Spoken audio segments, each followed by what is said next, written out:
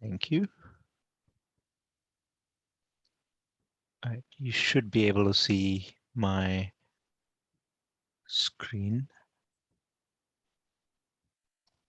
All right, folks, thank you for joining us and welcome. This is the final day of our yoga cycle project teams gathering. And we have a 2-hour slot today and let's, I mean, we have about 4 topics, so hopefully we can get through all of them with enough time. So we'll begin the day with, an operator's concern, which is talking about share backups. And we're joined by a bunch of, folks for that. So I'm excited. And after that, we'll continue to talk about the OpenStack CLI. We did a little bit of that in the past few days, but we'll round up with what, updates and action items. And we'll, take a quick break, come back, talk about the Manila CSI piece. What are the things that have happened in the yoga cycle, in the Xena cycle, and what's planned beyond this. And we'll finish the day with an update on the OpenStack SDK, meeting our new interns that are working on that in that space. And to get started on the operator talks, thank you so much, Philippe, for leading this. And I see that you've put an Etherpad over there. And Ganser couldn't join us, but he has some notes, so we'll consider that during the meeting. But I'll let you sort of drive this. Hello, everyone. Okay, can use. I created Etherpad for this discussion. Yep. Should I didn't see the Ganso talks, so I don't know if you could start reading that. But we can. I think we can come back later because I introduced first the topic, then pass from some points. In the end of this, we could start debating, a discussion about this topic. So this is more like a talk. It's not a presentation. I just introduced the topic, then we should go through some questions and solve them together. So let's start. So this idea is to discuss about backup feature. This feature is about create a copy of data that can be recurring in the event of data failure. So it's a very important feature in a storage environment. We have the idea of backup device, which is away from the storage device. So normally you have your storage device or when the place where your user is running.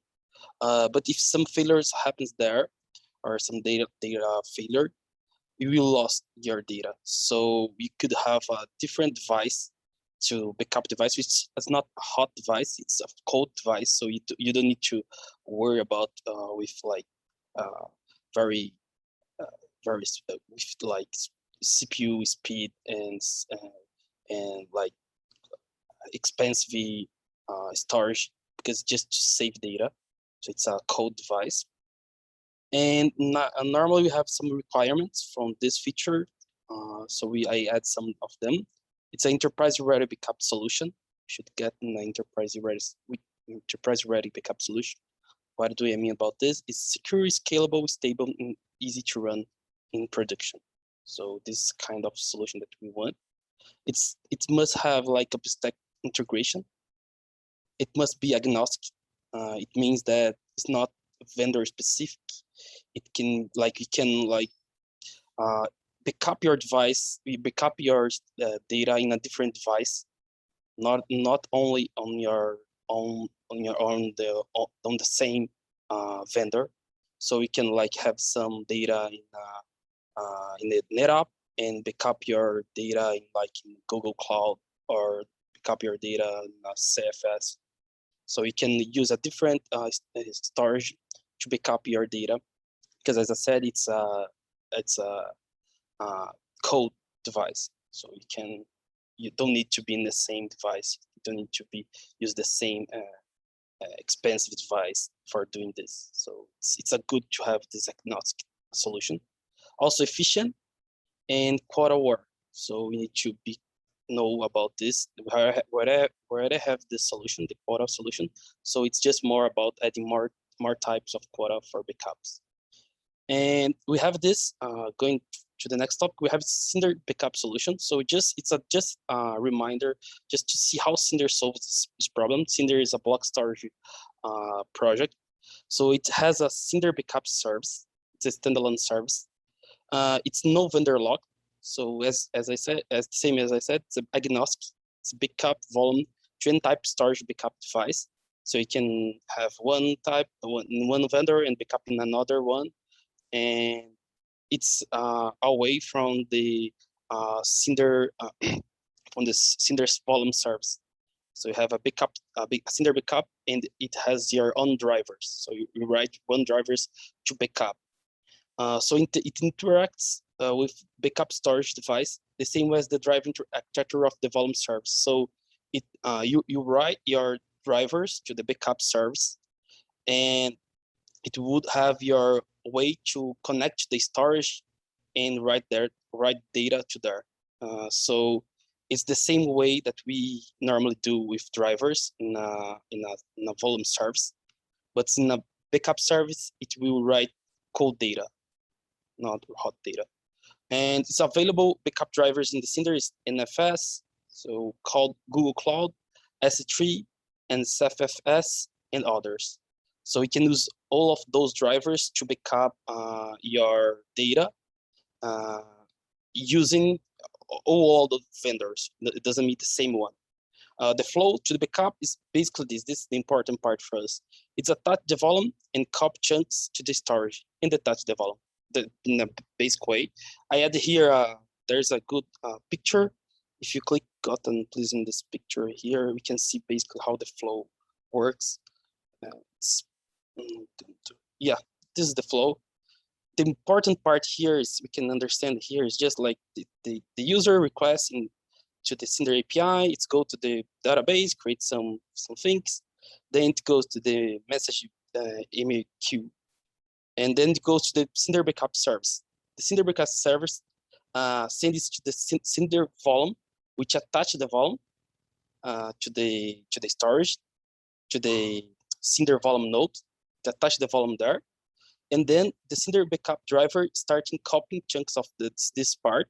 Also seeing there's some, like, of course, some like clever things to see if there's some chains, like incremental backup and so on. But the basic idea is that starting seeing what is needed to backup and copy these chunks to the in the 11 point to the another storage, which is the backup device, and then detach the volume. It's ready. It's done. So that's the idea how Cinder solves the backup problem in a block storage way. I don't know if we can do the same in the Manila, because it's using like just copying chunks. For Cinder, it's just chunks of data. It takes like the hash of this part and see it's being changed or not, and so it take track of this based on chunks. And in this in the block storage, it makes all sense. I don't know if it makes sense in our file system storage, right? So yeah, so that's the way that Cinder solves the problem. We have, can come back, Cotton. So we have we have a solution for this. It's basically like copying the Cinder idea. We have a spec for this. It's a long time ago. I had here it's backup spec for adding backup solution to Cinder. We have also a patch for this, and the patch is like, there are a lot of comments, solved comments, but it was abandoned. I don't know why. I tried to read this, and I didn't understand why. It's just like some comment, then the guy solved the comment, more comments, solved, and finally the owner stopped answering questions and don't add the abandon to this patch. But it tries to do this, tries to do the same as Cinder does in the architectural way. It has a backup driver. The idea is for this spec is to be inside the data service. So we have a data service in Manila. And the idea is to have some backup drivers that the user can create. So it's agnostic, doesn't matter which is the vendor from the data. The backup drivers will do this kind of things. For the NFS backup driver, it's one kind of driver that would be the first one. Create a snapshot from a share, allow access to the snapshot and backend share, mount the snapshot and backend driver share to the data service node, copy data, snapshot from the share to the backend share, unmount the snapshot and backend share, deny access, and clean up the snapshot. So it's close to the idea. Close to the idea from Cinder that's copying chunks of data, but here is in a file system environment. So it's mounting, copying the data. It's a new backup object to the Manila. So there are several changes to the API and database. We need to add something to create backup, delete backup, restore backup, and all of things would be tracked in the database. So there's a lot of changes in this sense. And I don't know, I added the last point. I don't know why was it abandoned. I don't know if it's a good solution or I have no clue about this. We can see later. And finally, we have some operators questions that we should go together and answer them. The first one, what does it mean to backup? Which mechanisms are involved in the backup? So you could add your ideas here. It's what do you mean about backup? It's more like copying the files, copying the files, or taking snapshots locally, or no, you want to copy the entire data in an external device. That's we could work together. Second, how has the data been backed up? We have some third-party tool. I've talked to the SAP guys, and they said they use like a homegrown workstation to back up via Snapvault is local snapshots. Snapvault is a NetApp solution for backup, and it's backups in an external storage. Which we use external storage. So basically, they're using a third-party tool. I also, so yeah, I have this solution that they're using. They are here, so they can see more about the solution. And what are the most common use case? I add some here, protect the shares local and externally. So you want to protect locally. What I mean locally, it's like taking snapshots. So you have a way to to avoid like doing wrong things to the data, and it can come back to the snapshot. And externally means copy the entire data to an external backup device, and you avoid like failure in the entire storage, in the primary storage. So we have two ways to backup this. Backup metadata. So do you want to backup metadata? So you want to like keep tracking about things like the share status, the share snapshots, and a lot of things related to the metadata. And finally, the backup policy. Do you want to like backup policy, like backup every 2 days, quick backup local or remote? Have the option to do this. Only keep the last 5 copies and so on. So it's kind of things. Do you want to add this kind of things to our solution? And finally, why doesn't Manila need to care about backup? Or would better to be alerting to an external tool like they are doing with orchestration tool? So do you want to add this to the Manila? It's important to Manila. It's more like because Cinder has, we must have. So we need this to the Manila, or it's nice to have like just a documentation explain that the backup is done by external tools and some recommendations like this, just a documentation in our admin guide, instead of creating a backup solution in the Manila service. And should the backup be a standalone service? This is the last one, but it's more like in the technical way. So we want to add a Cinder adds a backup service, or want to add this inside like shared service or in the data service, or want to create a new one service only for backups. And that's it from what I have. And we should go just together to see what do we have in our mind, what is our use case, and solve those questions together. Awesome. All right. Thanks, Philippe. It's a pretty good, capture of all the things that we want to talk about and we want to know about. So I'll partially answer, I think, what you were talking about with the Manila spec that was there. It was it's been around for quite a while, and it was being pioneered by somebody that no longer works in the community. That is, I think, the true reason why it's not being pursued right now. That said, the way we were thinking about backup back then was specifically, I mean, using the Manila data service.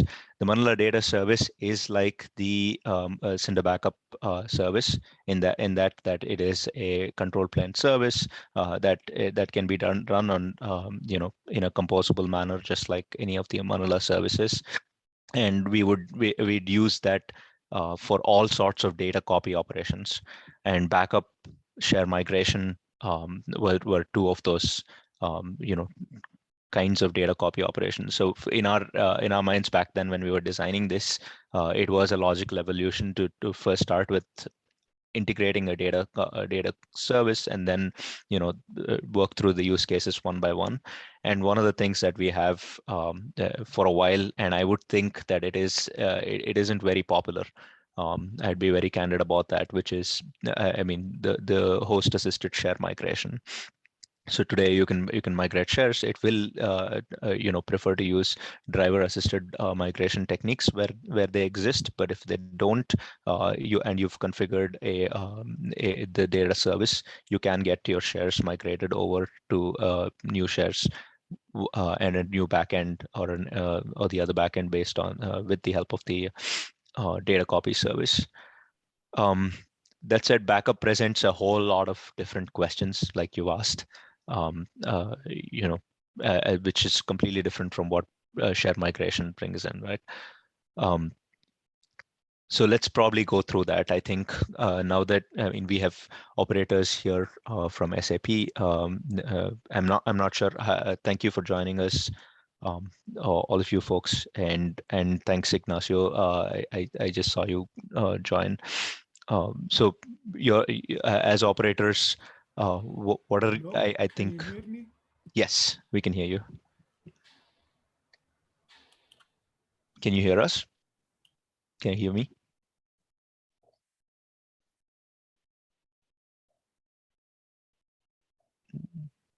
I guess. I suppose he's going to figure out his audio issues, but yeah, let's probably think about what your current use case is, and then start asking questions, I suppose, because in the community we have some ideas, but we're looking for user feedback. What is the need, sort, so that we can evolve our ideas around that, and probably collaborate and think of a solution.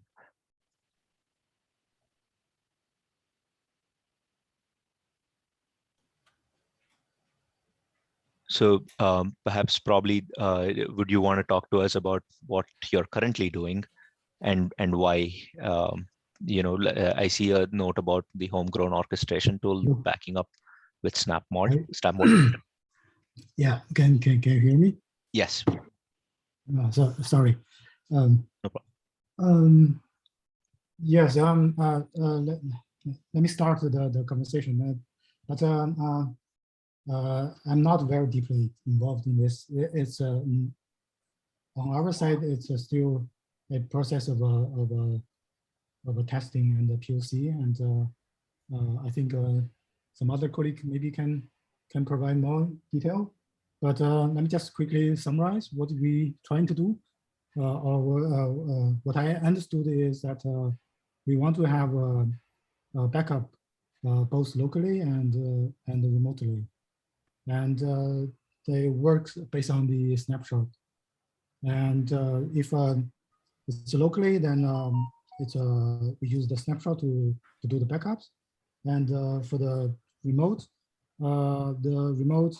backups are snap mirror to the local backups. So this is what I understood. and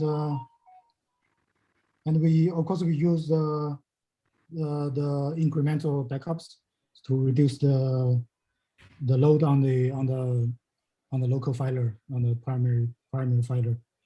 And for recovering the backups, I think it would work both from local and remote. That's yeah. so, Thanks, John.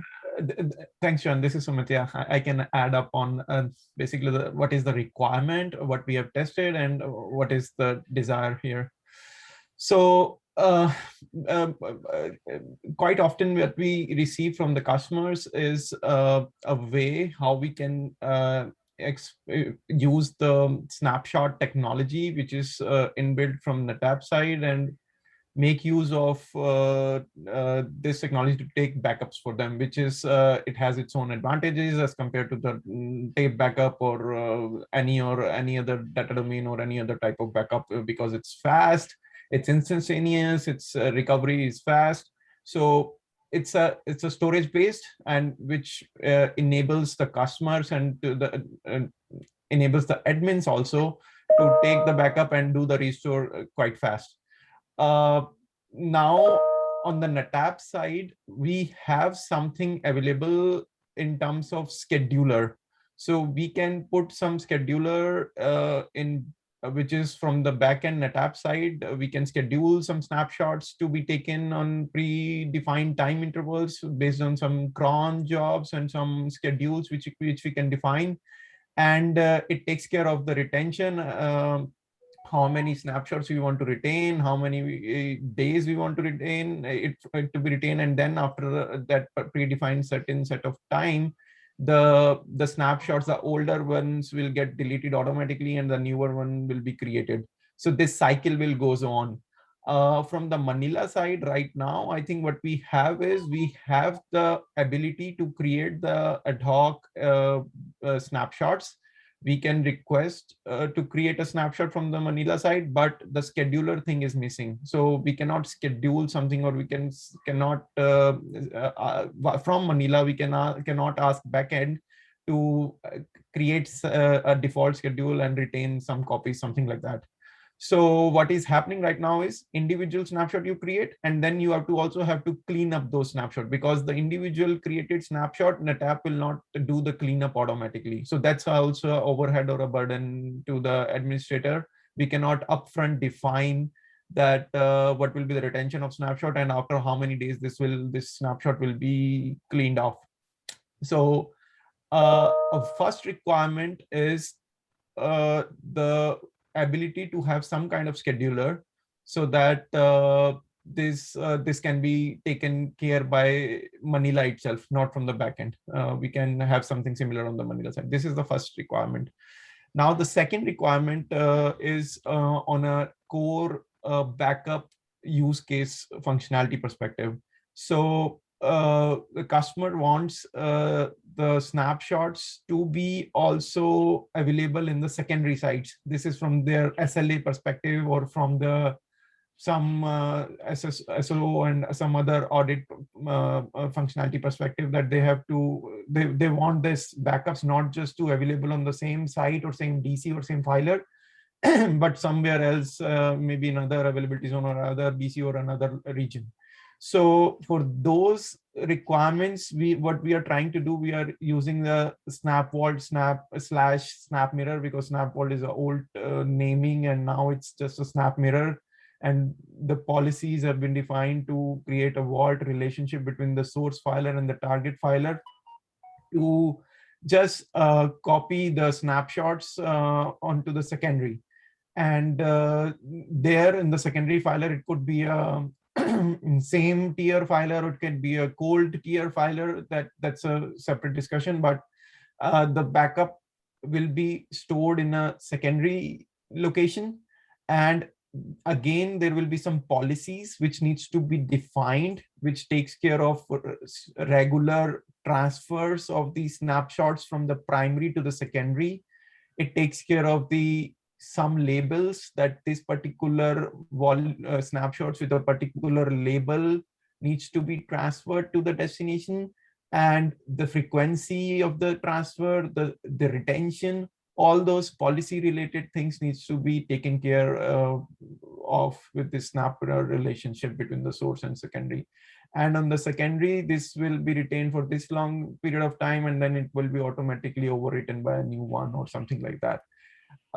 This is the backup requirement. And then next thing is, I'll take a pause. If there is anybody wants to ask any question or any comment. I have a question. Are these backups and restores and schedules something that is controlled by, I'm trying to figure out which personas are doing it. Are regular OpenStack Manila users initiating backups and restores, or is it the OpenStack Cloud Administrator, or is it the storage administrator who's doing these? Yeah, good question. So right now, since the functionality is not at all there, it's getting managed by the storage administrators. But in future, what we would like to do is that if it's possible to offer it as a self-service, that the user, the cloud consumers of those resources or the backup resources should be able to request the backup for a particular volume they want to backup via the API or the CLI. And then also in terms of restore, if they need it, that can also be handled as a self-service. That's a kind of a wish. Sure.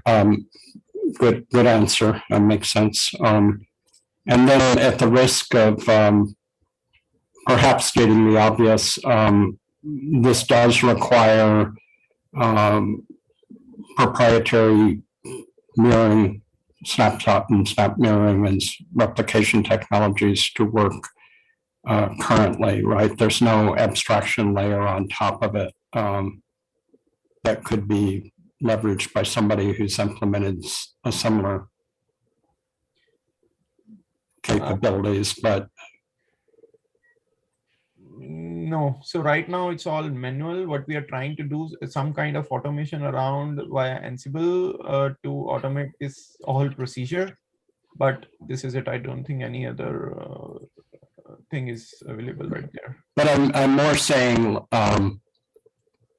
suppose someone uses a, I don't know, some Dell EMC storage, and they also have a NetApp repository, and they can snapshot the shares with the Dell EMC storage. I'm just making this up a hypothetical here. Mm-hmm. Is there a way now to, with what you're talking about, to reproduce, replicate those, store those snapshots in a repository at another site? You know, in the sender model, and this is a perfectly good answer, is that this is just different, right? But in the sender model for backup, which had guided us historically, you could use, say, a NetApp filer as a backup repository, and you could store foreign, the source could be foreign volumes. And perhaps there would be optimizations if the source was also a NetApp or something. But you could still make use of your storage for a backup repository, even if it was not the case. So I think what I'm hearing right now is what you're talking about right now is assuming a homogeneous source and destination repository for backup. Okay, we have the same problems because we are using a network appliance, and we are using the same approach of Sumit. I think Sumit is talking about network appliance. Yes, right? Yes. And we are using network appliance with Snap Mirror to copy the snapshot, the share snapshot to another site. But this approach is good for if you have the network appliance. It's not good if you have another network and another storage. Okay. As far as the volume backup, we are backupping the volume on a data domain, and the data domain is replicated on another site.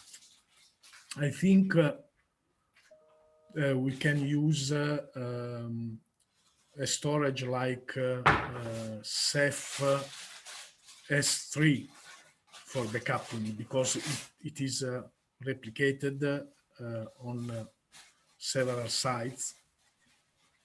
Yeah, okay. The only problem with that approach is, I mean, we explored all these options. We already have the data domain backups and S3 object storage also available. But the problem with certain objects or some databases or some use cases that the volumes are having millions of objects or the files in it, and networker, data domain, object storage, all these solutions are kind of not working in such scenarios because the backup times are taking way long. Sometimes it Yes. doesn't complete in 24 hours. The restore, you can imagine it will take. So the SLAs, RTO, RPO are not getting addressed with these solutions. So the snapshot way of doing it is,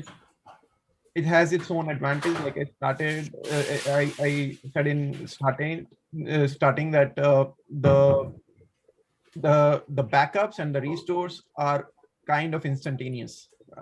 It's perfectly meeting the SLAs and it's really fast, which I think data domain and Swift cannot beat that. And that's the reason we did some POCs around those solutions. It failed and we had to go for snapshot based backups. So I think you're actually touching on one of the reasons that the proposal got hung up before, which is that any generic approach as opposed to backend specific approaches is going to perform so much worse typically. Yeah. That people the enthusiasm for that kind of waned. I mean, if I were not to take advantage of a backend specific approach, I'd be more inclined to look at solutions like Restic or Borg or something like that do pretty smart block level deduplication within file systems, and which can run they can run relatively unobtrusively. You can source them from snapshots or not, but it's not a point in time. It's not necessarily a point in time backup of a whole share, right? If you're using, you can use them on live shares, and you're getting backups over. The files are not all at the same point in time, but they're good for restoring files rather than restoring the whole share at a point in time. You can also, of course, take a snapshot and then use the snapshot as a source of something like Restic as well. But they're going to be much more efficient than just copying everything from start to finish. Yeah, I mean, in this Snap Mirror, Snap Vault is also just the baseline copy, and all subsequents are all incremental. Yeah, the Snap Mirror, Snap Vault stuff is very fast and it's a very good solution. It's you could wrap Manila services around it, but it's essentially a proprietary solution that works for some people and not others, and that's fine. I mean, I would use it if I had the technology, Yeah. So, but the question, one of the issues posed earlier was, is there a place for OpenStack backups? And you wouldn't, what I'm hearing is it'd be great to be able to continue using this kind of solution we have now with some OpenStack triggers and schedules and stuff like that. I think the challenge for that is that in OpenStack, you basically need to marshal labor from people that are using a bunch of different technology solutions, Yep. right? So, Agree. so you know. And in addition, so you do have some primitives, and it feels like we've not solved this problem with the primitives that are currently there. Such as, I mean, you said, as you know, there is a way that users are able to self-service and create snapshots. Yes. And probably put that in a cron job, create more snapshots and delete them from externally without Manila having to do the scheduling piece for them. And they're also able to restore snapshots in place as long as the snapshot's there today. And they're able to spawn up new file systems from a snapshot. Unlike the restore case, you could even use as a really old snapshot as opposed to restores, because I think, because to prevent data loss, we've kind of locked down that you can only restore the latest snapshot. Yeah. And the other piece of this is there is share replication that will do the exact same thing. Different vendors do it differently, but again, it's a homogeneous solution, which is that if the vendor driver supports it, then you can create a replica that is doing what your efficient, snapshotting and snap mirroring and all that stuff, and whatever equivalents are for other vendors. But it looks like you're trying to find a combination of both of these in order to solve. I think yeah, exactly. You correctly said. I think the solution or some way is already there. It's just that little bit more advanced thing or feature we are looking for. For example, the snapshot thing, yes, snapshot restore, you can create, you can restore. It's just that scheduler is missing. That's the only piece which is missing, which will give more benefits to use these features.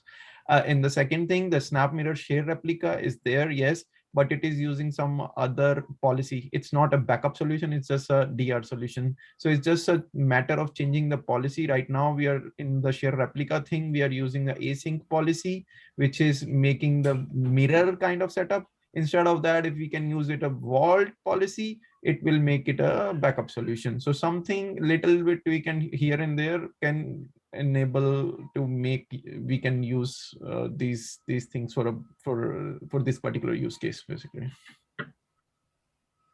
Yeah, that makes sense. And one of the reasons why we've not built in something like a scheduling thing is because of our inability to communicate back to end users as to what signal back to end users, right?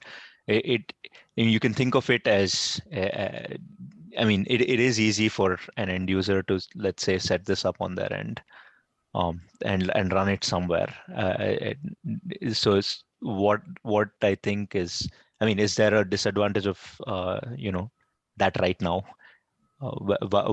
Is there a reason why we need the service to take care of the scheduling part? Not as such. It's just that it's not standard and central. Different teams they need to work on this on at their different level. They can do the scheduling, but if it can be provided as a self-service, it will be good to have a kind of thing. Yeah, I think the local backup solution we already have with snapshots just about scheduling, but the external we don't have a way to backup. You said about our replication, but it's a DR solution. So maybe the main problem is that external. How can we backup data in external storage with Manila?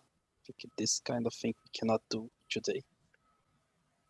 And by external, you mean something that is not heterogeneous, right? Is that that is not homogeneous. It's not another NetApp system.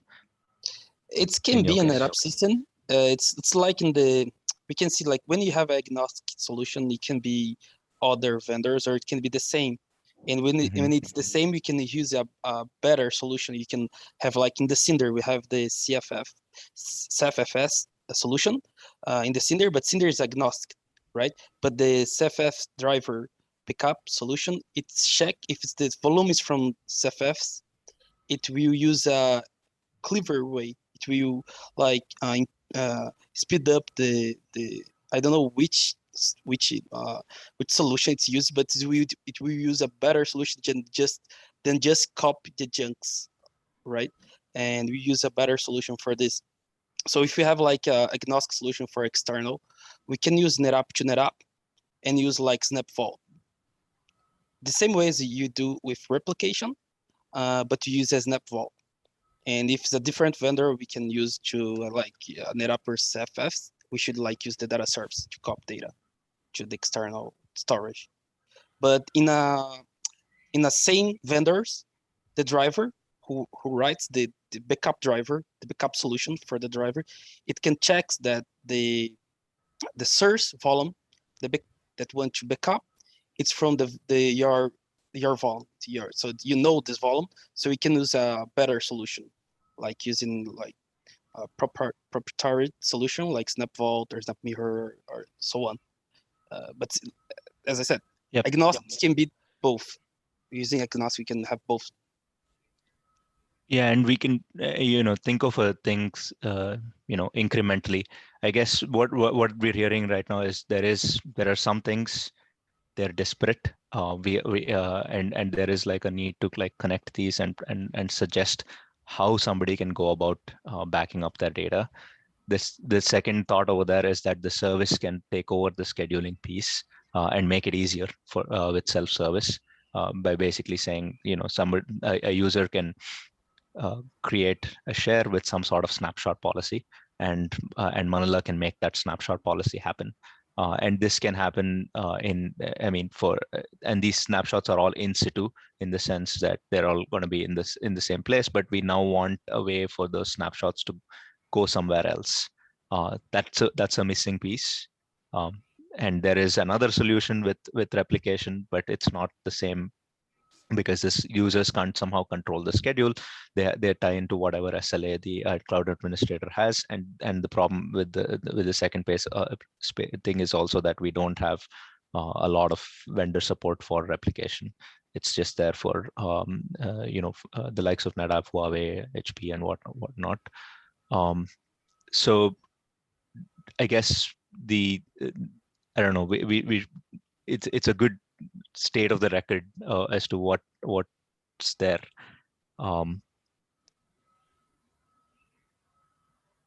Maybe we should probably make a gist of what's there and what the need is with what's there at least, and then we can start talking futures, right? Futures like the one that you mentioned, where somebody wants to create a backup and probably not use snapshots because they want to take this backup to somewhere else, and that somewhere else could be a backup destination that could be on a totally different kind of storage system, or an object store, for instance.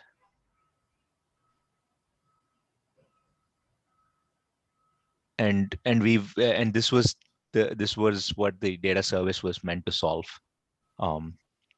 And I think at this point, I guess we should revisit what Kanso has added, because he was instrumental in doing the data service piece. There were some third-party vendor motivation to implement this in the past. At the time, we strongly vouched for having a generic implementation of any feature such as shared migration, backup, etc. There were many technical holdups debating how it's going to work. If you're going to create a tarball and store it somewhere, and several cases such as groups and replication didn't have a generic implementation. So as we've seen with share migration, the driver-assisted approach is more widely used and has gained more traction. My recommendation for the design or development reboot of this feature is to get all interested motivated parties. Yeah, pretty much what we're talking about, which is collect feedback, find out what the use cases are, so that we can design the workflows before we commit to something. Yeah.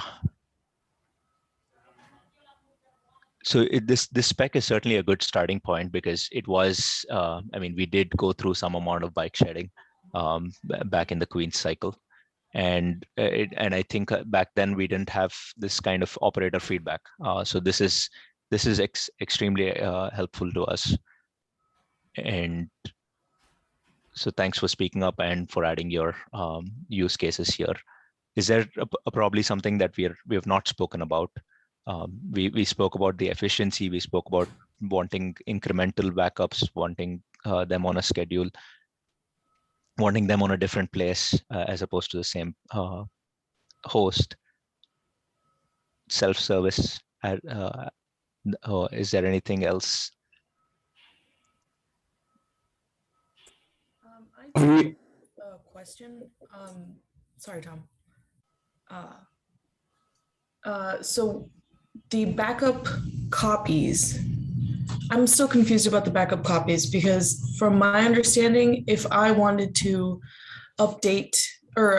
back up a share and then back it up again, it would just make a second copy. If you want to, so I mean, the way it would probably work is you would create a backup, and you would set some sort of a schedule as to when this backup is going to be, updated. Mm-hmm. And that could mean anything, right? So eventually the end user probably wants to see the list of backups and use a particular backup to do a restore. So how that update happens, whether it is one, each individual backup's a huge tarball somewhere, or being pushed to completely different locations, etc., could be probably abstracted away.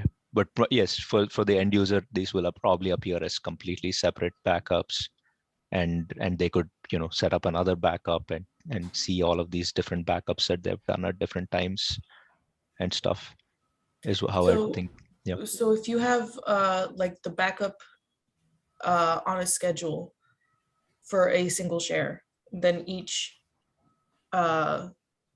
subsequent backup would just be the next copy in terms of like in time. It would go from backup copy 1 to 2 to 3 as time goes on. Right. Okay, that makes sense. Another feature that is requested by our customers is the file level recovery, because we have for example, we have the volume backup, the Cinder volume backup, but it is not an hug for them, because they request the file level recovery. So they want to choose a directory or file to restore. And I think it is not possible with a snapshot. Okay, we can do that by hand with our operators, but it's not a self-service feature. Okay. Mm-hmm. I think this is a really, really good point. I think that historically people have tended to think of Manila backup too much on the model of Sender, just because we developed off of Sender, and also because if you happen to have snapshot based optimized backends, there's less difference. You tend to snapshot the whole thing, and you can restore the whole snapshot quite efficiently. But with file systems, often what people want is selective recovery. And as you just pointed out, and sophisticated current file system backup solutions like Restic allow you to mount the backup and then copy out of it whatever you want, as an example. And they have a database, so you have a database around it. In line with what Ashley said, I want the backup from 3 weeks ago on Tuesday. Let me look at that. And what I want from that is my bash RC file from then. Mhm. I'm recovering that. I don't have to recover anything else.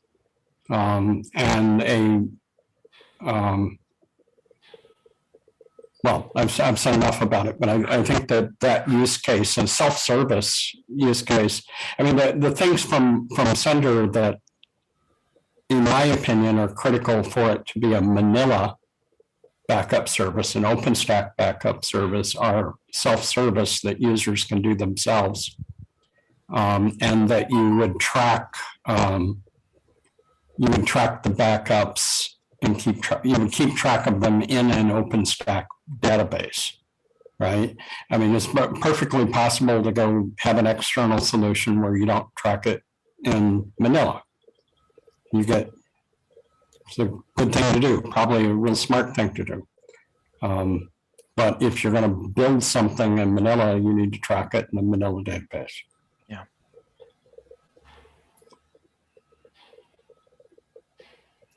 But as far as Manila is more easy to attach a share to a virtual, if you have a virtual machine for each account, and on this virtual machine you mount all the shares of the account, the tenant, you can use something in this virtual machine to discover files. Okay, you can attach a snapshot, you can attach a share snapshot, and then you can discover the files of the shares. Okay, it's the same approach Trilio is using for file level recovery on Cinder. Okay, they create a virtual machine on the tenant and attach the volumes, the backuped volumes on this virtual machine, and this virtual machine expose the files on the volume attached. Okay, I think, and the volume are very hard to mount because they can contain, for example, logical volumes, physical and logical volumes. So they must to discover the logical volume, attach the logical volume, and expose the files on the logical volume. The share is more easy because it can be a common internet file system or a network file system, and when you attach the share, because as far as NetApp, the share is a volume. Okay, so you can attach the share mount point on a virtual machine and build something to show the files in the share, and help the user to restore a singular file or directory. Sorry for my English because I am Italian and my English is very poor.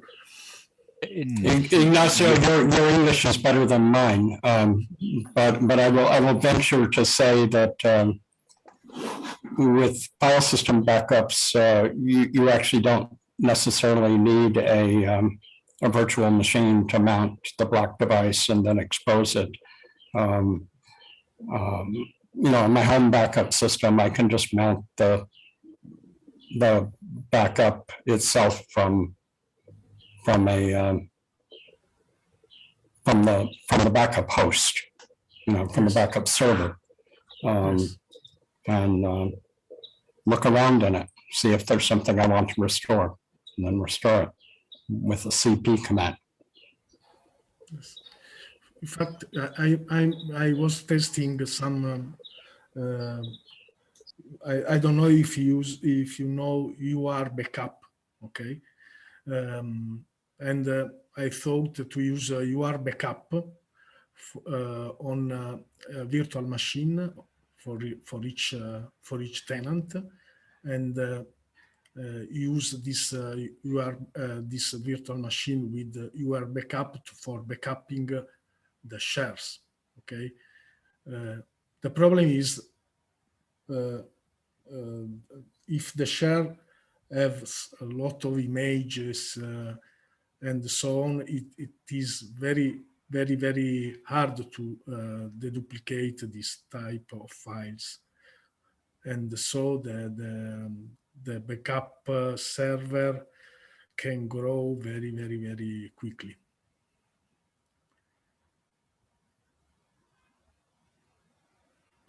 Using a backup like tar or rsync or other approach. Yeah.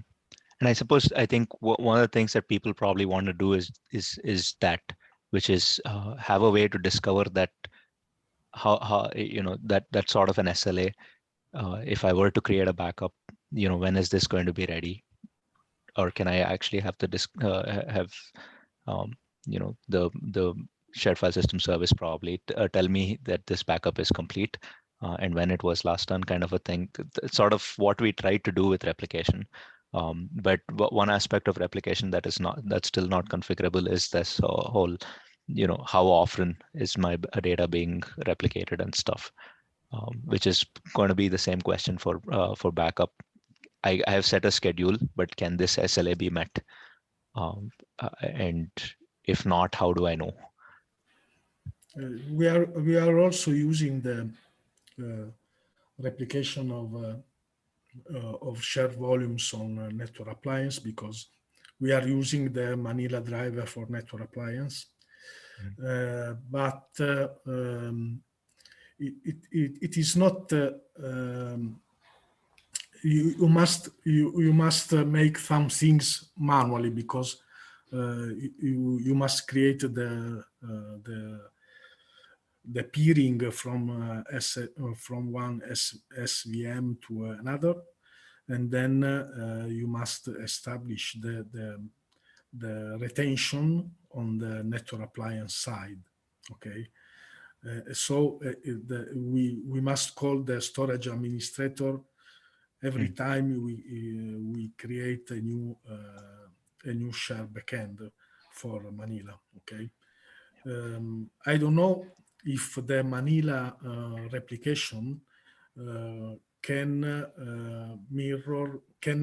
automate the mirror the snapshot replication. I don't know. At this time, we use the SVM replication, setting on it the snapshot retention. So there is we need a cron tab for a cloud cron tab for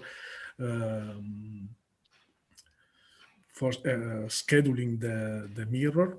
Okay, and we need to set the snapshot replication by Manila, not using the storage administrator people. Okay. Yeah. Because Yep. No. I hear you, and this has probably been brought up before, and this is kind of the question that we had even up here as to who is doing the backup and the restore, as to whether it's a cloud administrator or a storage administrator, because we kind of see these problems in the data center all the time.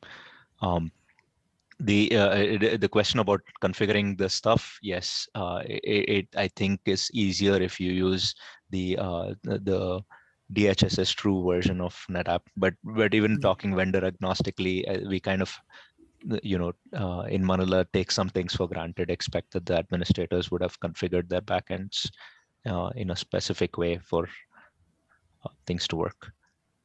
yes. Yeah, Yes, I'm not sure if we in the future we will use the share server handle true. Okay, and we can we can create all storage virtual machine automatically. Okay, but this time we are not using the SSH true. Okay. Yeah. So I think we can use it with the newer version of OpenStack. Okay, because the old version are not working fine with these features. Okay. Yeah. Okay. Makes sense. What think, version of Manila are you using? This time we are working on Queens.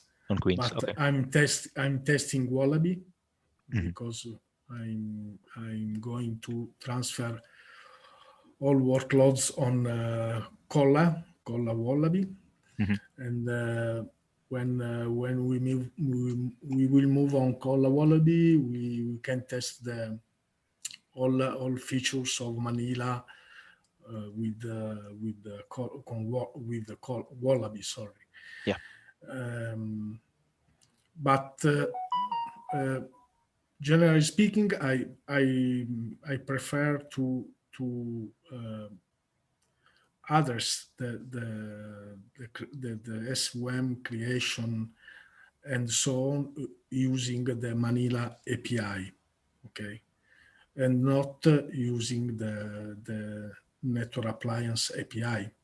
At this time, we are working with the Network Appliance API for not disturb the storage administrator. Okay, so if you must create a peering, you must establish a snapshot mirror, a retention time.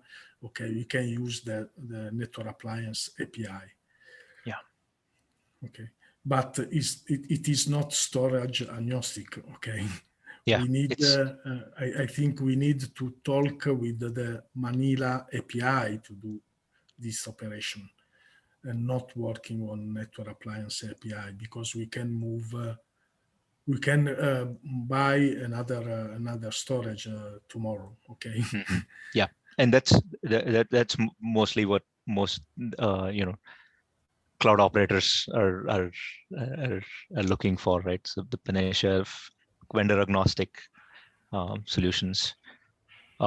So that makes sense. Thank you for sharing that. And we've gone over the time that we've allotted for this. So let's take some AIs over here.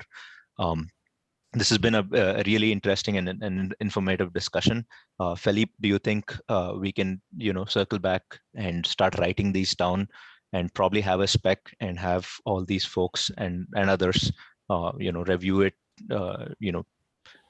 sort of exactly what we discussed as to what the current state is, what you could do, and what we want to do based on these use cases.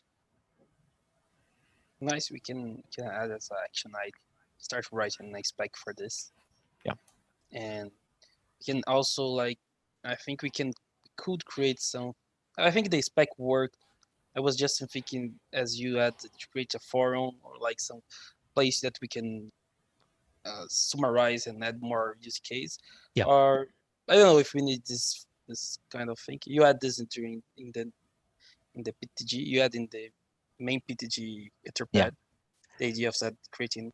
I don't know if you want this, but so I was going to think of this. So we have the operators forum and it used to happen at regular cadence, and there is an operators group. I mean the OpenStack Ops group that's there, and they meet every time there's a PTG or a summit. And in the past we've had these forum sessions with operators, and we've asked specific questions like this. But off late, that chance of doing that has been dwindling. Because of the way these events are being split out. Maybe we'll get back to that mode next year in Berlin. But right now, I think I like this. I mean, bringing that forum aspect to this. So I'm exceptionally happy that that we were able to get all of you operators join this. And we should probably do this as a regular affair, no matter what, whether we do it at the PTG each time, or anytime. In the middle of the cycle, if it works for people. Nice. Want to stress that I mean it's I mean at the as a Manila community we're absolutely open, and we are in fact looking for this kind of feedback. We're absolutely approachable. So and we are all on the OpenStack Discuss mailing list. And in the OpenStack Manila channel on OFTC. If these mediums are hard to get hold of one of us, we can always bounce the conversation around the rest of the community.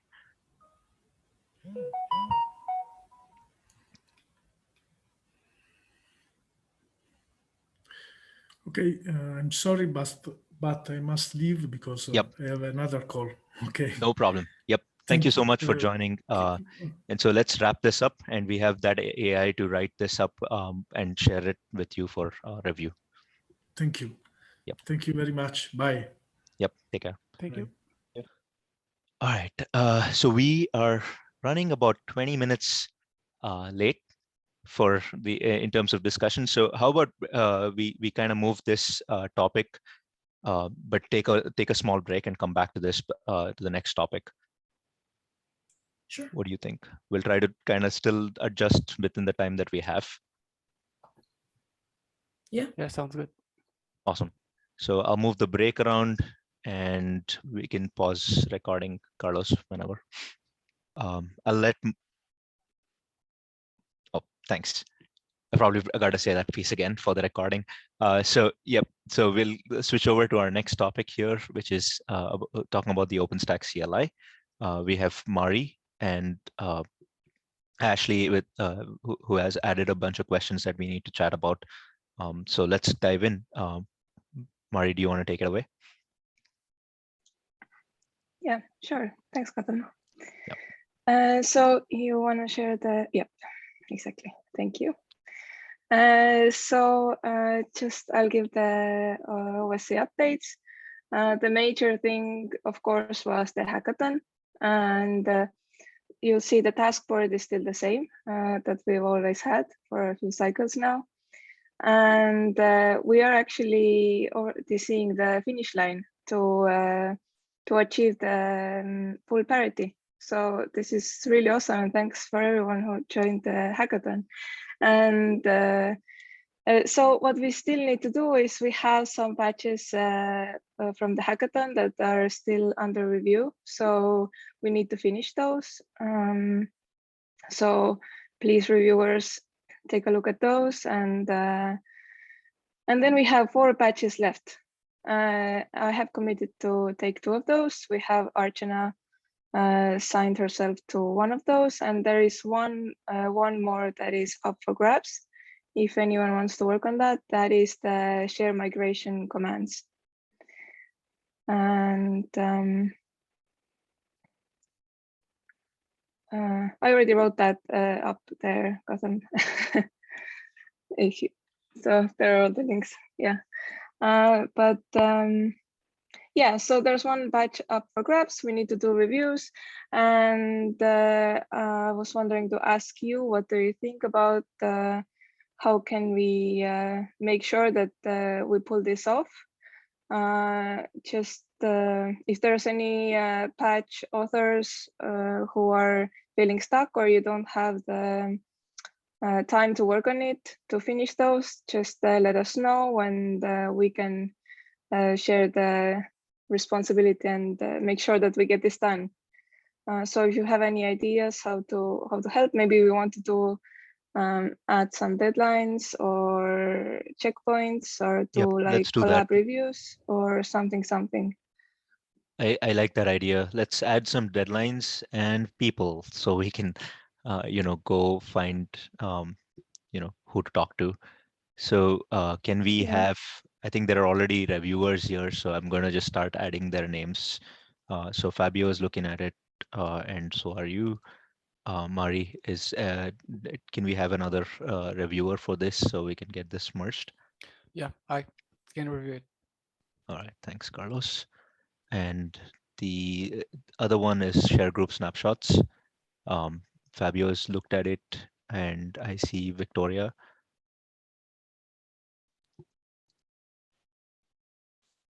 Anyone else that wants to help with this?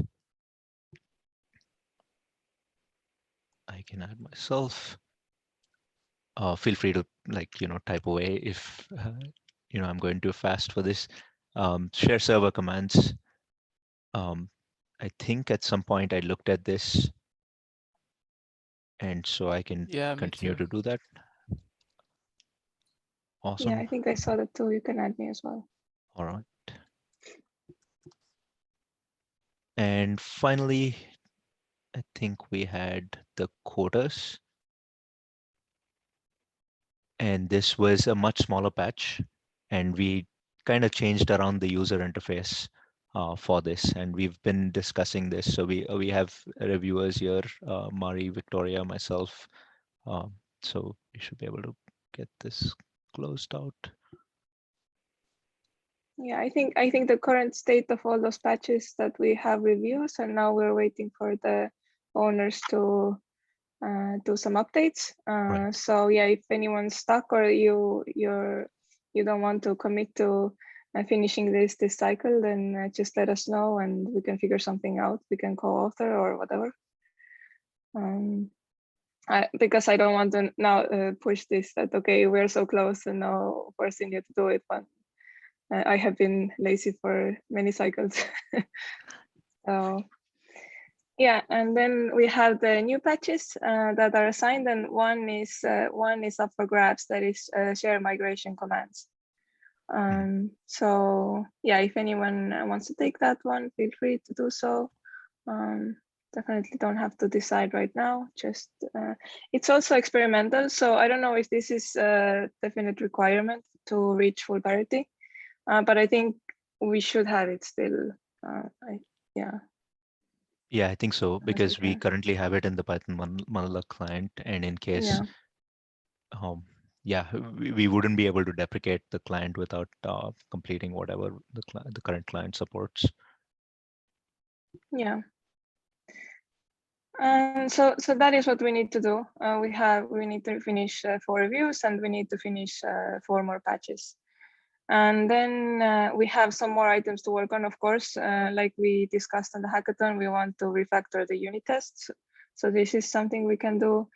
And at some point we want to switch to use the SDK, but well, we can't right now. So that's of course depends on the how is our support for the SDK. And then we also have the functional tests that are basically missing. And I think this could be another hackathon idea, because we're just adding tests to everything, so different files. So I think it should be like pretty good task, but if people feel like that's what they want to do, then we can totally do that, and I can write up the tasks and divide the smaller chunks and stuff. So yeah, just let me know if you want to do that. I agree. That would be a really cool set of things that folks can get done within a week, so it's just like the last hackathon. So it might be fun and stuff. Yeah, I think so too. And then we also in that situation we discuss different options, and then we come up with such better ideas. Like I learned so much during this hackathon, and I have been working on these commands before. So I think it's definitely a good idea because we're building all the functional tests from scratch basically. So I think that's gonna be cool. And yeah, that's it for me. So I'll give it back to you, Gautam. Awesome. All right. So the piece that I wanted to chat about was API version auto negotiation. It is when we are moving to OSC, and this is something that we ought to be consistent, compliant with the with the rest of the services that are there in OSC. So with the native clients, each client did its own thing. But the bottom line is, if there is there are different scenarios to think about it. One is the user supplies an API version that they want for to interact with the API. The other is that the client carries a default API version that can be used when the user does not supply one. And there is the piece where the client and the server are on different versions. So you're going to probably end up using the client on a totally different machine, and so you control the life cycle in a completely different way than the OpenStack cloud that's there. So I mean, today, if you install the OpenStack client, it will insist on using a default version that may not be compatible with with that one. So it'll always expect that you override it to the cloud that you want to talk to. And so auto negotiation is basically for us to figure out when you don't have an override, what do we do? And we don't do the smart thing today. We just default to whatever we ship with the client. So this is one piece that needs to that also needs to happen with the thing. I don't want to go into too much detail. What we can do is probably write this up and discuss at a weekly meeting. And the way to think about it would be in scenarios. What happens when we set a default version versus we have a server version that's this and a client version that's this and stuff. So I'll take an AI to bring this up at a weekly meeting. And the next topic's me as well, and this dovetails with the questions that Ashley has.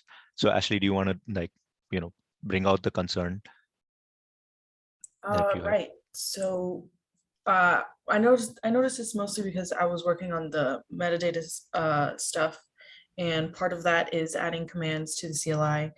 And I mean, you also picked up some of that work. You were trying to do, or you started off doing some stuff in the shell and realized this is kind of dumb because I'm doing the same thing over and over again.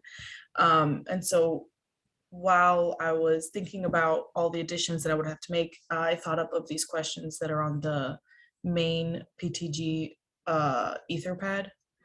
So, and part of this, I mean, is reaching parity and then shell deprecation and, just not having to do the same stuff over and over again. So, yeah.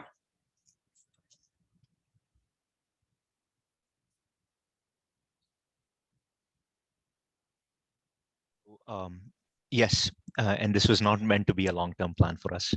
I mean, so we had a great set of things with OSE. I think in the Wallaby cycle, we completed parity with everything that users cared about, and in the Xena cycle, thanks to the hackathon and everything that worked out first for we are so close, like Mari said. So this cycle, we've got to take the AIs to do this. What would this involve?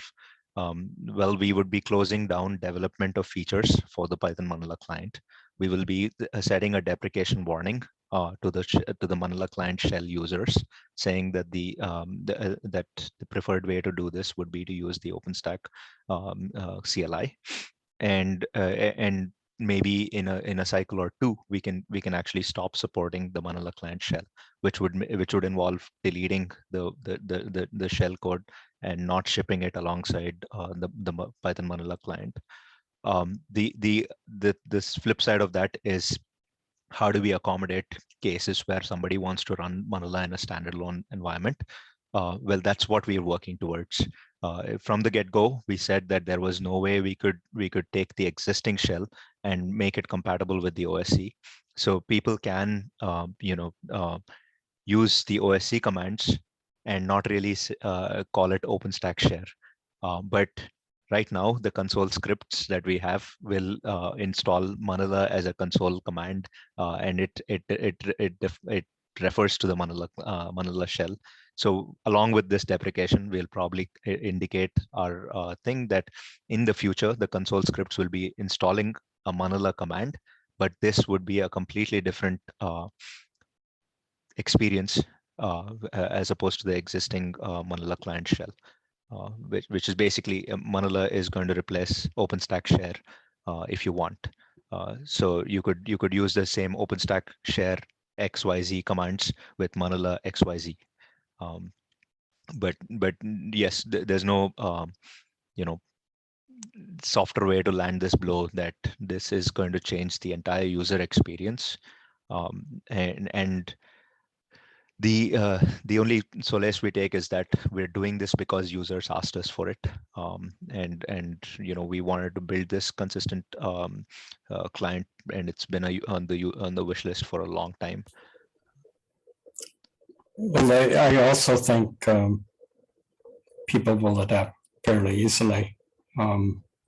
The output formatting with the OpenStack client is so superior to what the old, not just Manila, but Sender and Nova and all the old standalone clients, really are inferior in that way.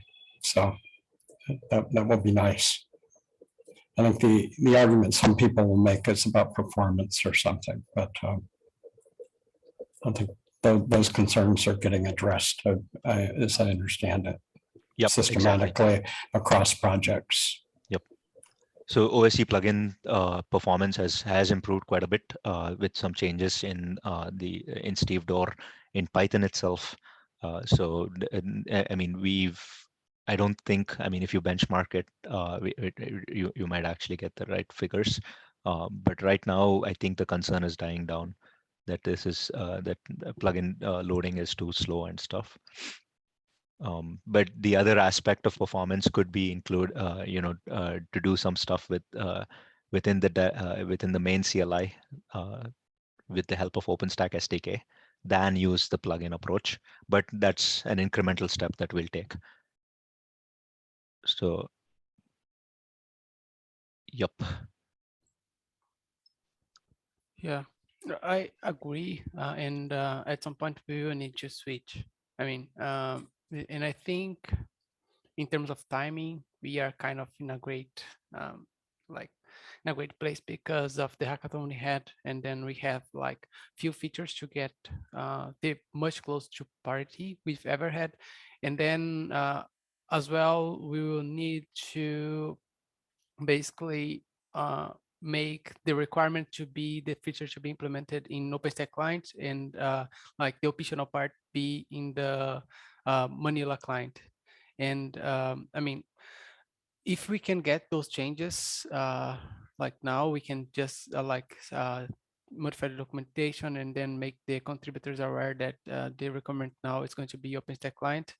And I mean, making like those implementations and adding new features only to OpenStack client also gives us an advantage, and will make people like willing to use OpenStack client more instead of only using the Manila client. So yeah, I mean, I think it's good to start like adding more features to OpenStack client now, and then as like in terms of usability, as you guys already said, is basically a good thing, I would say, because basically people are already used to the way the OpenStack client is configured, and the OpenStack client like shows the outputs of the commands. So I think that, I mean, of course there is a transition, and there's sometimes for people to get used to it, but I think it wouldn't be that painful when people would get used quickly. So yeah, that's pretty positive in my opinion. And for timeline, I think this cycle it's like a good timeline, because as we said, basically we are the closest to feature parity between those two as we've ever been before. So I think, in my opinion, I'm not opposed to doing that in this cycle, and like start making the OpenStack client for Manila the requirement, and having new features implemented there, and already adding like deprecation warnings and such.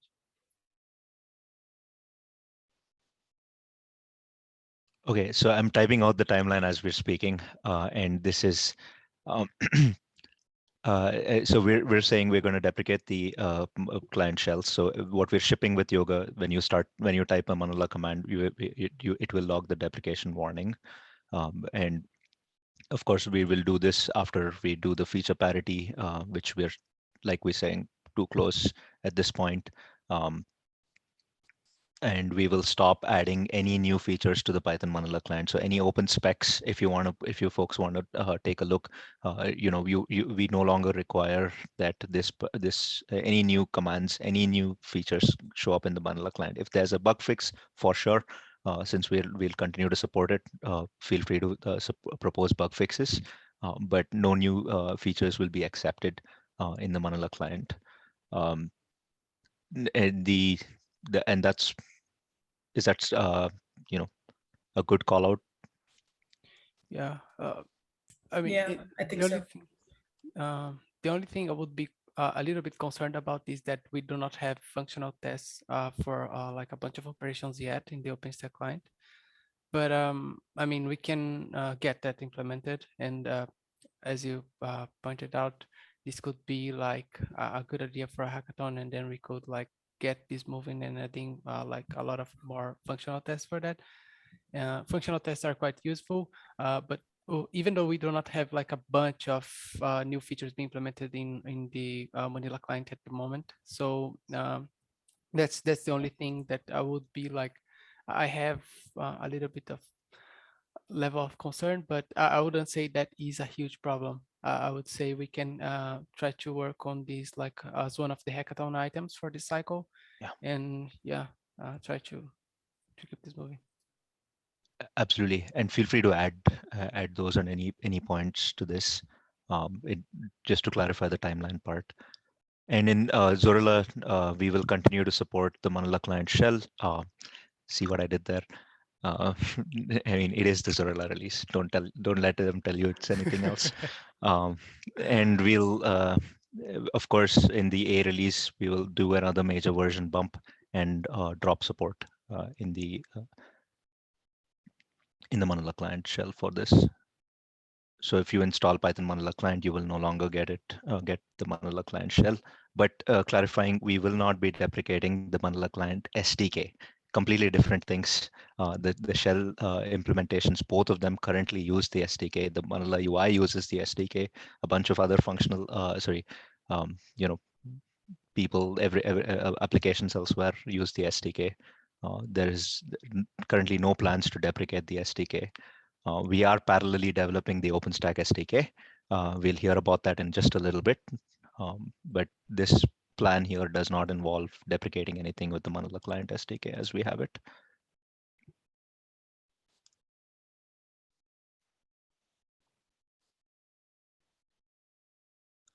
Awesome. Any concerns with this plan?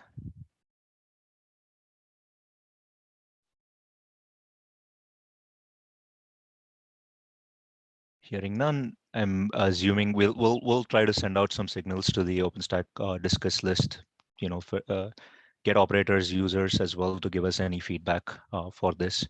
But it's not just Manila that's taken this route. Nova is pretty close to feature parity as well. So you might start seeing a Nova client deprecation notice as well from starting this release. And it could be with a lot of other projects. Many of the projects don't even have native clients. So I think this is a really good evolution for the community. Awesome. Any other feedback regarding this?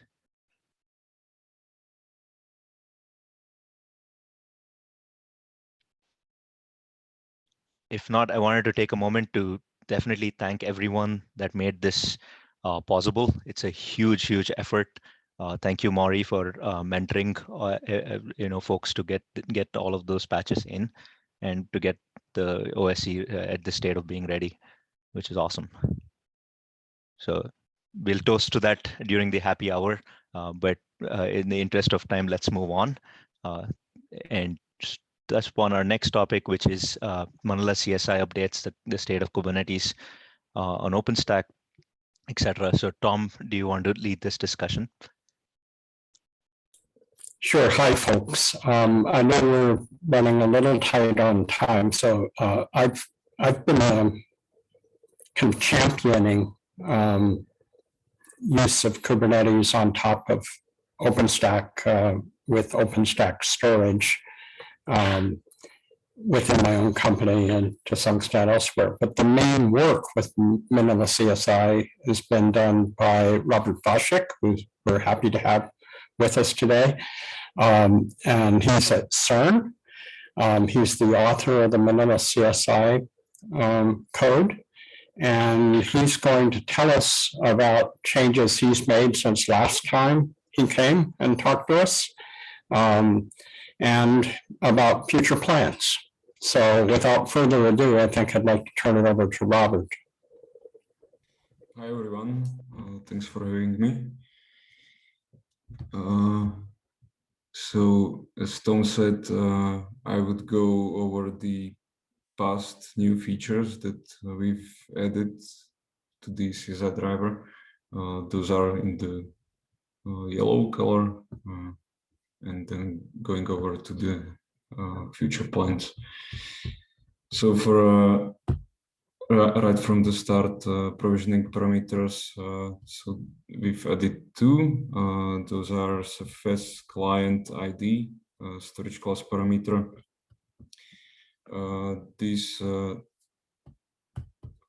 basically enables users or the administrators to pass in some client ID to the access to field when creating access rule for provisioned share. And the reason behind this was this was mainly recommended by our Ceph experts that when using the Ceph kernel client for mounting, clients with the same suffix ID may then basically reuse the MDS cache and existing OSD connections. So this should reduce load on the Ceph cluster and improve performance. But this is only for the kernel client. Going to the next one, cluster ID. This is a command line argument that's been implemented by Mike Fedosin. I'm not sure if he's in the call.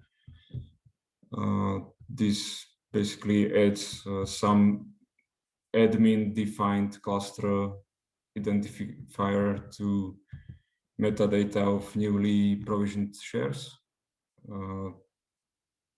which then helps with cleanup when the Kubernetes cluster goes away and there may be some leftover shares from that.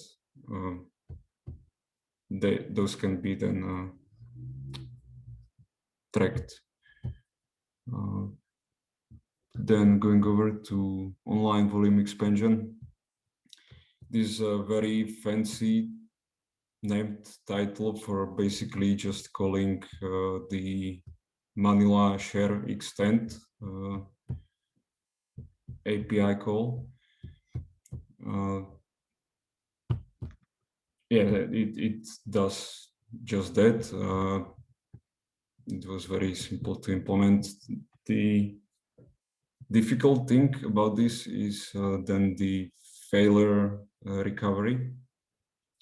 So currently, if you expand share beyond what your quota, your Manila quota enables you to have, obviously Manila will refuse to complete the request, but Kubernetes doesn't really get the memo and will reattempt to extend the share over and over again until it succeeds. But usually it never succeeds because you just depleted your quota.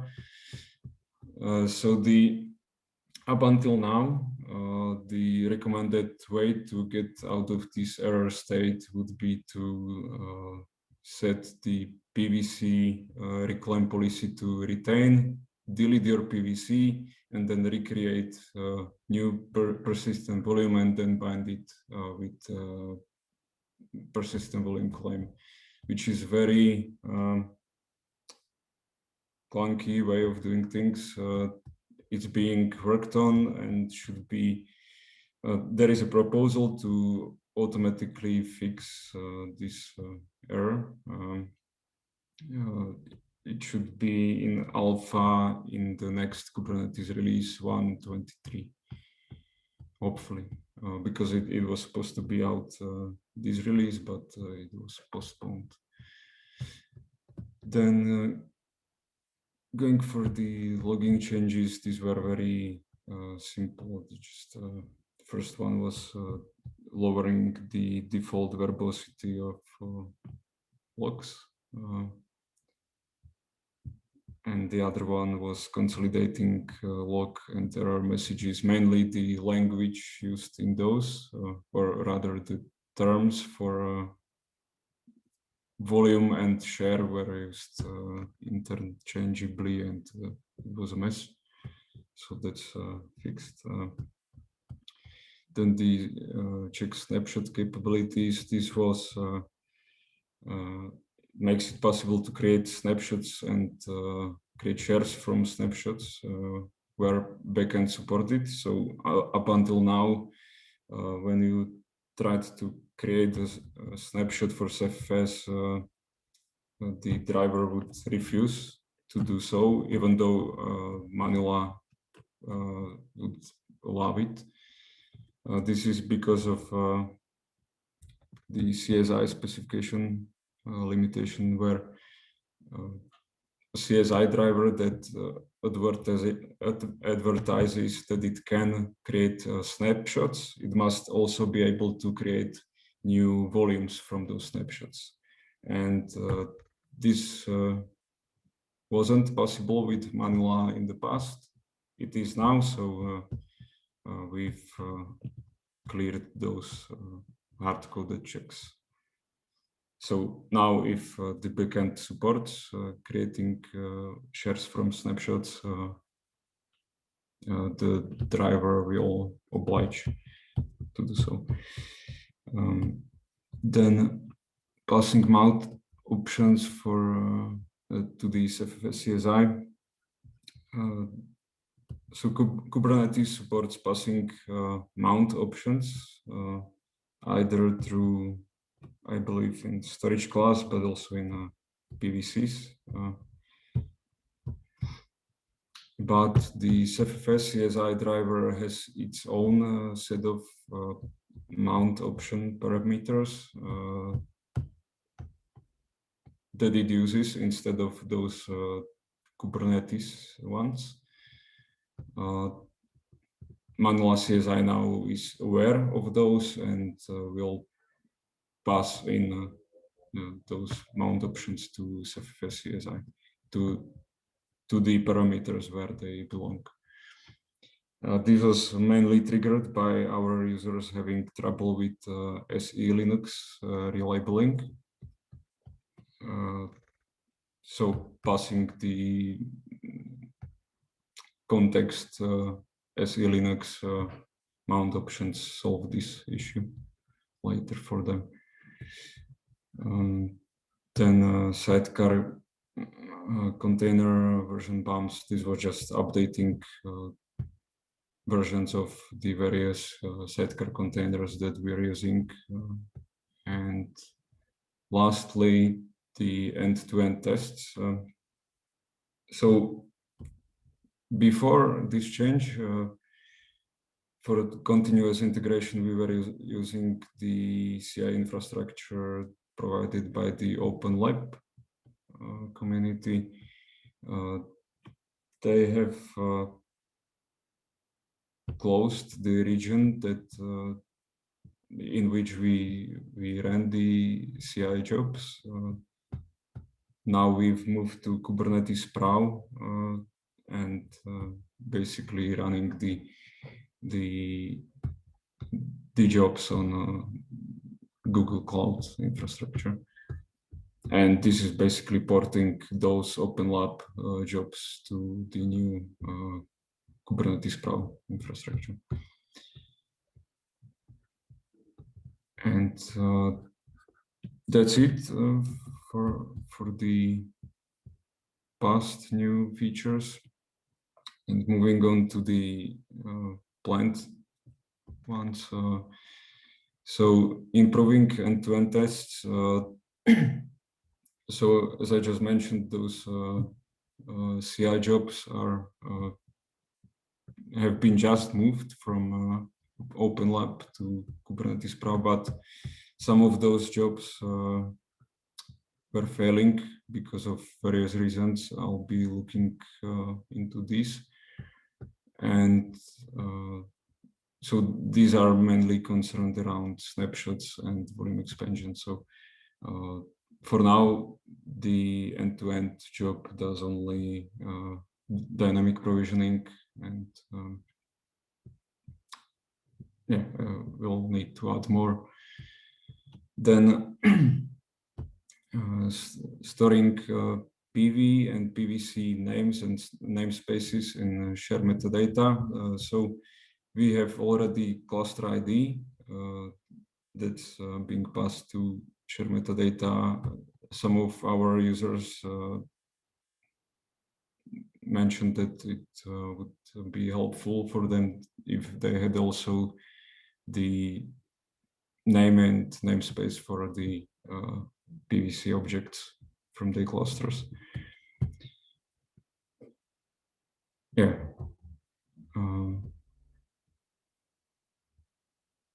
And the last one is coincidentally also around backups and backup restoration. So this one is mounting share snapshots where backends allow it. For our use cases at CERN, we are mainly focused on Ceph and Cephs. So we would like to have this feature to be able to mount Cephs snapshot as a read-only volume, and then this would be used as an intermediate step during the backup workflow. So currently, Kubernetes doesn't have this notion of mounting a snapshot. You need to first, you have your PVC, you take a snapshot of it, and then you need to create another PVC that's populated with snapshot contents. And if you want to back it up, you back up the cloned contents of the snapshot, which is, of course, in some backends like Cephs, this would be very inefficient. But there are ways around it. You can just expose the snapshot directory as a volume, and then present to Kubernetes that is the actual volume that you've provisioned from the snapshot.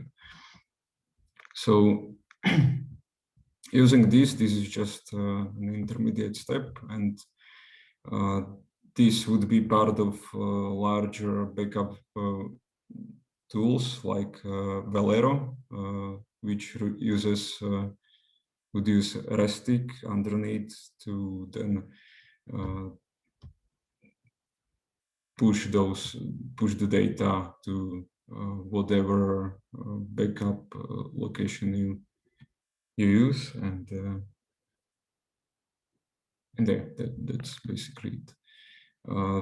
But Kubernetes as well, rather the SIG storage group is doing a lot of effort in the data protection area, where backing up volumes is just one part of the larger backup feature, where this would entail the whole application. So it would back up the all of your object definitions, like your deployment, stateful sets, daemon sets, PVCs, and it would back it up in maybe S3 store or something like that. So, but this is like long-term plans. Mounting shares for share snapshots is more of a mid-term, which is doable in not too far of a future. And yeah, I think that's it from me. If you have any questions. Thanks for sharing plans about the backup part, and in line with the previous discussion. So I suppose we'll add you to the specification as well, so we can cover this solution and use case as part of that too. Okay. Yeah, Robert's work on the using snapshots with backups has led me to be more interested in having mountable snapshots on more backends than we do currently. Yep.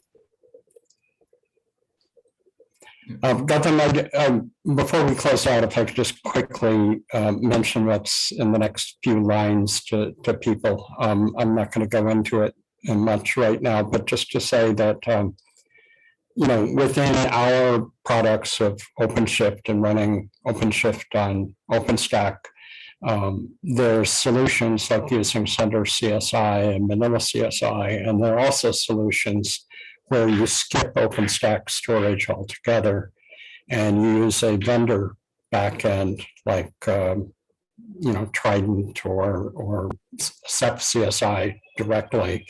And when you do that, there are legitimate use cases for it, of course, but you're bypassing all the Keystone multi-tenancy stuff that you get with OpenStack that you overlay on your storage. So I think they're powerful use cases for keeping the native OpenStack solutions as part of the repertoire, probably even, I would argue, the dominant thing when you're running OpenShift or other Kubernetes solutions on OpenStack. But people have been very concerned because OpenStack has more layers in provisioning than these solutions where you work directly with a storage backend, that it might be too slow. That Kubernetes makes it very, very easy to use a little bit of YAML and just provision a whole bunch of persistent volumes very, very quickly. So people are worried that we would overwhelm things with Manila, especially with Manila using stuff like CephFS and Ganesha to provision, to handle access lists and so on. So I've been starting to test that, have kind of naive little test script, but basically if you click on those things, you can see the little script I'm using to run to, and we don't have to go into it now, Gautam, but okay. But basically, I'm running a tight loop in which I provision a PVC and PV, and then a pod that uses it. And I do that, for like 1 to 10, for 1 to 50, for 1 to 100, et cetera, and see how long it takes. And if there's any problem in provisioning, the pod won't come up and the test will fail. So you basically want to run things into the ground till it starts failing. And so far, I don't have enough hardware to make them fail.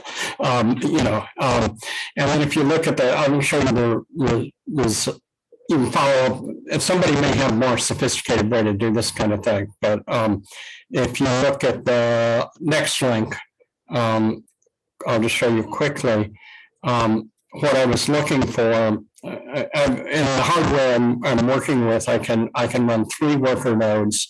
Each worker node can run 250 pods, but there's some pods already there before you start beginning the tests. So I can get up to maybe 650 pods. And at that level, I don't hit failures, and I don't start seeing a big knee in the curve, where an inflection point where things start taking, where you no longer scale with the amount of work that you're given. So we scale linearly. I'm measuring here both the entry sender provider, the sender CSI provider, and Manila CSI, all with Ceph backends. And in the case of Manila CSI, it's Ceph with NFS gateway, which people have particular concerns about. So my point here is just that if anybody's interested in doing this kind of thing, please talk to me about it. I'm interested in making the tests better, running at more scale, et cetera. Just, promising results so far. That yellow line is using Robert's code that he was just talking about, and looks pretty good.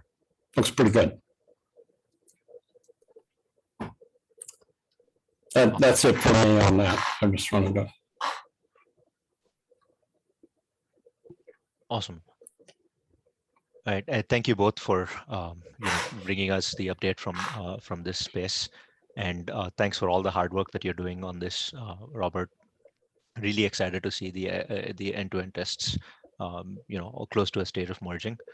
And all the future plans. Any thoughts and concerns with, about this topic?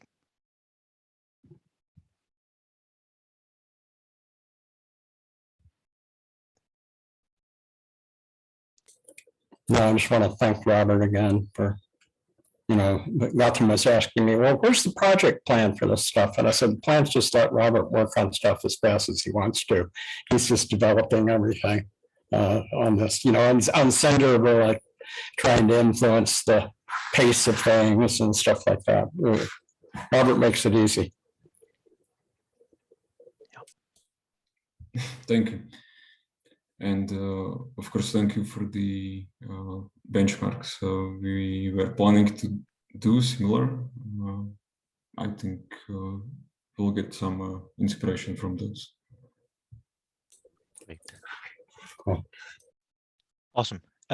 So we're officially 4 minutes into the happy hour spot here, but I want to request folks if we could just take 10 more minutes to wrap up this PTG.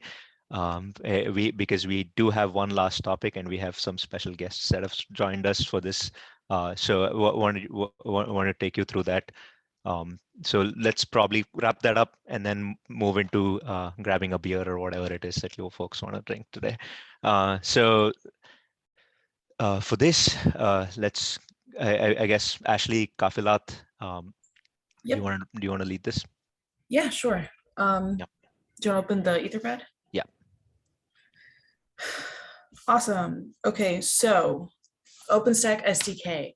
I started this work way back, I want to say in Wallaby, and we have made some pretty decent progress. So we have merged 6 resources into the feature R1 branch. And there are, I believe, like 7 or 8 that are under review. They're all owned by Kafilat, and they're really, really close to being merged. There's also a few more that are a work in progress. 4 of those are actually by our new interns from Northeast University. I'm not sure how many of them are in the call today, but if you guys are, do you want to give a quick introduction? You're more than welcome to.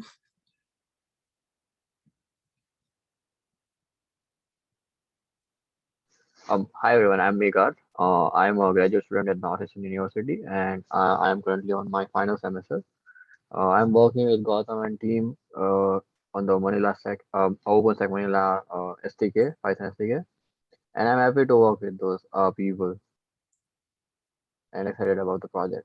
Thank you. Hi everyone, my name is Jiabo. I'm also a graduate student at the Northeastern University. I'm working with Megad and other teammates for this project. Personally, I'm working on the share group snapshot right now. This is the first time that I'm getting in touch with open source community. So everything looks fresh and interesting for me.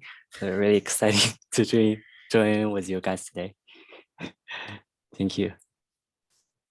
Awesome. Great to have you guys here. Is anyone else on the call? Don't see them on the participants list. So hopefully they pop in for happy hour because that would be awesome.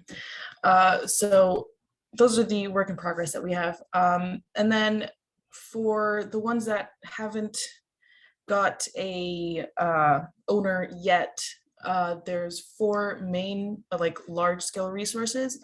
And beyond that, it's mostly actions. So they all depend on the resource for which they belong to get merged first, or at least a depends upon patch. Most of the actions are very similar, just they belong to a different resource. I'm hoping to get well, the works in progress in for yoga, of course, and maybe by the next outreachy cycle, we can get some more of these to-do list items out of the way. But for the most part, that's where we are. I'd say we're around halfway through with putting in all the different modules in between what's been merged and what is currently under review and a work in progress. I'm not sure if Kafilat is on the call, if she wants to bring attention to any of her current patches. Hey everyone. That's it, I think. I want some reviews on the patches under review, about 7 of them, I think. Mm-hmm. That would really be great. Awesome, thanks. So yeah, that was the quick progress review on this. That's pretty much it. Awesome. Thank you, Ashley. It feels like yesterday that we spoke to you as our intern when we started this whole effort. Really cool to see how far this has come and how close we are. And you know, for all the awesome work that Kafilat's been doing, and seeing our new friends here from Northeastern University that are going to be working on this through December. This is pretty awesome. So we're at a great stage. If folks, if you want to help with reviews, as well as come help guide this, guide new contributors, you know, help get us this functionality. You're welcome. Please get in touch with me, with Ashley or Victoria, as we're coordinating this work, you know, across the Manila and the OpenStack SDK teams. So if you want to share any thoughts, let's take a minute.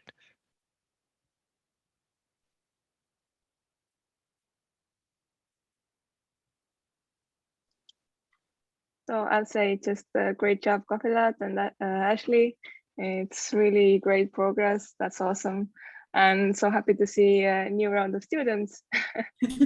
So you're doing that the same. Is it the similar project? Yeah. Really cool. So yeah, that's awesome. So well done, and I hope you get lots of help. I can try to review some of those as well. Yeah, that'd be great. Because for most of those that are under review, some of them already have the +2s. It's just a matter of getting 1 or 2 more people to take a look, and then they can get through the gate. So if you can give it a quick look over, that'd be awesome. Sure, I'll do that. Thanks. All right. Anybody else? Anything else?